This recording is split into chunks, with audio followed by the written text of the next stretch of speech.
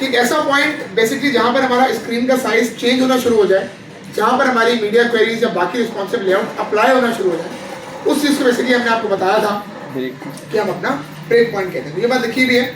और portal width height नहीं है, क्योंकि देखो हमने बात की थी कि vertical scroll is not a problem. Problem कहाँ पर आएगी कि जब हमारे पास किसी भी किस्म का हॉरिजॉन्टल स्क्रॉल होना है, ठीक है। Can be placed depending on common screen sizes. देखो रिस्पॉन्सिव के अंदर मैंने बात की थी कि हम फॉर एग्जांपल अगर at a very basic level बात कर लें, हमारे पास एक अगर डेस्कटॉप स्क्रीन थी, एक मोबाइल की स्क्रीन थी और एक लेट्स से टैबलेट की स्क्रीन थी, तीन हमने बात की, ठीक है। Every responsive site has a minimum of 2 break। तो होगा मतलब क्या, एक डेस्कटॉप एक मोबाइल, यानी इन दोनों ब्रेक पॉइंट का आपके साइट पे होना जरूरी है। इससे ज्यादा भी हो सकता है। हो सकता है कोई बंदा टैबलेट के लिए बना रहा हो, तीनों जाएंगे। हो सकता है कोई कहे कि यार मैं लैपटॉप की स्क्रीन के लिए अलग बनाऊंगा, डेस्कटॉप के लिए अलग बनाऊंगा, फोन के लिए अलग, टैबलेट के लिए अलग, 4 हो गए।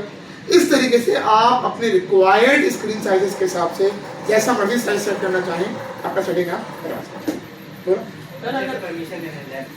कौन सी परमिशन? अब ब्रेक पॉइंट दो तरह के हैं, एक है मेजर, एक माइनर और एक है माइनर। पहले जिसको नाम से जा रहा है, मेजर का मतलब है बड़ी बड़ी, यानी जिनका आपकी वेबसाइट पर एक बड़ा इफेक्ट आता है। और माइनर का मतलब है जो इतना बड़ा इफेक्ट ना है, ऐसे पूरा का पूरा नेविगेशन बार हटके हैमबर्गर मेन्यू आ जाता है, ये मेजर ब्रेक पॉइंट है। माइनर और conditions when met result in major changes in design. For example आपके पास एक रॉ के अंदर 2 कार्ड आ रहे थे, 3 आ रहे थे। जैसे ही आपने अपनी स्क्रीन को छोटा करना शुरू किया, वो कन्वर्ट हो गया 1 पर row. This is a major break. भाई एक रॉ में कितने आ रहे थे? 3। आपने जैसे स्क्रीन का साइज अल्टर किया, स्क्रीन का साइज छोटा कर दिया, अब वो 3 से हटकर कहां पर आ गए? 1 पर row. This is called as a major break point. इसकी एग्जांपल है हाँ, सारे मेजर ही होते हैं। हाँ, माइनर ब्रेक पॉइंट बहुत कम होते हैं और वो नजर भी नहीं आते। अब माइनर ब्रेक पॉइंट क्या होते हैं? हमें तो माइनर करने चाहिए ना, मेजर नहीं। देखो नहीं, डिपेंड करता है यूजेज पे। अगर तुम्हें लेआउट पूरा चेंज करना है, मिसाल के तौर पर तुमने डेस्कटॉप की वेबसाइट बनाई, 3 कार्ड दिखा दिए एक साथ, क्या मोबाइल में 3 दिखा सकते हो एक साथ? सर वही तो मैं कह रहा हूं। हाँ बिल्कुल, डिपेंड करता है। अच्छा अब माइनर क्या होता है? मिसाल के तौर पर हाँ बोलो। वो जो बूटस्ट्रैप में कार्ड वाली प्रॉपर्टी है, उसमें तो यही है, यही सीन हो रहा है मोबाइल में वो 3। अब वो चीज है ब्रेक पॉइंट डिफाइन होना उसका। तुम जैसे उस प्रॉपर्टी को डिफाइन करते हो, वो ब्रेक पॉइंट ट्रिगर हो जाता है। वो प्रैक्टिस अच्छा है। वो प्रॉपर्टी मैंने काम बोलिए, प्रॉपर्टी बोलिए।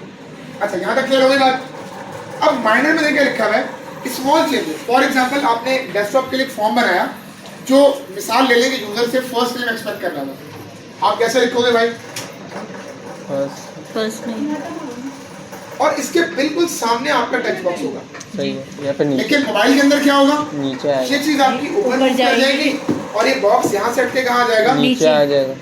अब ये कोई मेजर ब्रेक पॉइंट नहीं है, कोई मेजर चेंज लेआउट के अंदर। इससे ज्यादा आपकी वेबसाइट पे कोई फर्क नहीं। इसको हम कहते हैं माइनर ब्रेक, ठीक है। अब देखिए वो कह रहे हैं there is no thumb rule on deciding number of break point, यानी कोई पॉलिसी नहीं है, कोई रूल नहीं है कि कितने ब्रेक पॉइंट डालने हैं। You can add as many as you want, जितने आपकी रिक्वायरमेंट है, जितने आप डालना चाहें, आप अपनी वेबसाइट में ब्रेक पॉइंट्स ऐड कर सकते हैं, ठीक है ना। देखो लिखा हुआ भी है, to ensure that design and content flow seamlessly on any landscape, यानी पोर्ट्रेट पे चलाओ या लैंडस्केप पे चलाओ, किसी भी किस्म का कोई हॉरिजॉन्टल स्क्रॉल नहीं होना चाहिए और कोई एरर मौजूद वहां पर नहीं होना। अब कस्टमाइजेशन। अब कस्टमाइजेशन का तरीका पहला क्या है भाई? Creating a custom break point is a very logical process and only required the familiarity with media queries to.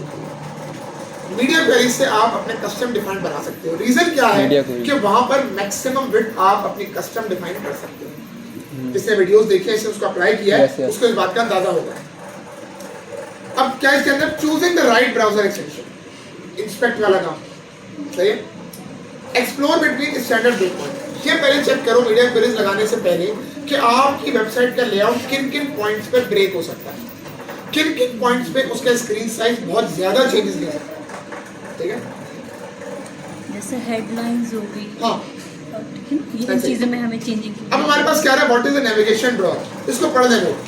ये पढ़ने वाली चीज है, यहाँ से आप दूसरे पेजेस के ऊपर लिंक कर सकते हैं या दूसरे पेजेस के ऊपर मूव ऑन कर सकते हैं।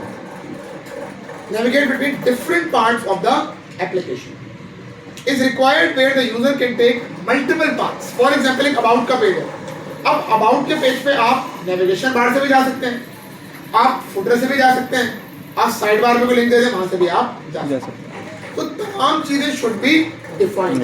और ब्रेक पॉइंट की रिस्पॉन्सिवनेस में से किरदार ये है कि क्या मोबाइल पे और टैबलेट पे भी ये तमाम चीजें रहेंगी या कुछ चीजें ट्रंकेट हो जाएंगी, कुछ चीजें माइनस हो जाएंगी. ये तमाम चीजें आपको यहाँ पर डिफाइन करनी है.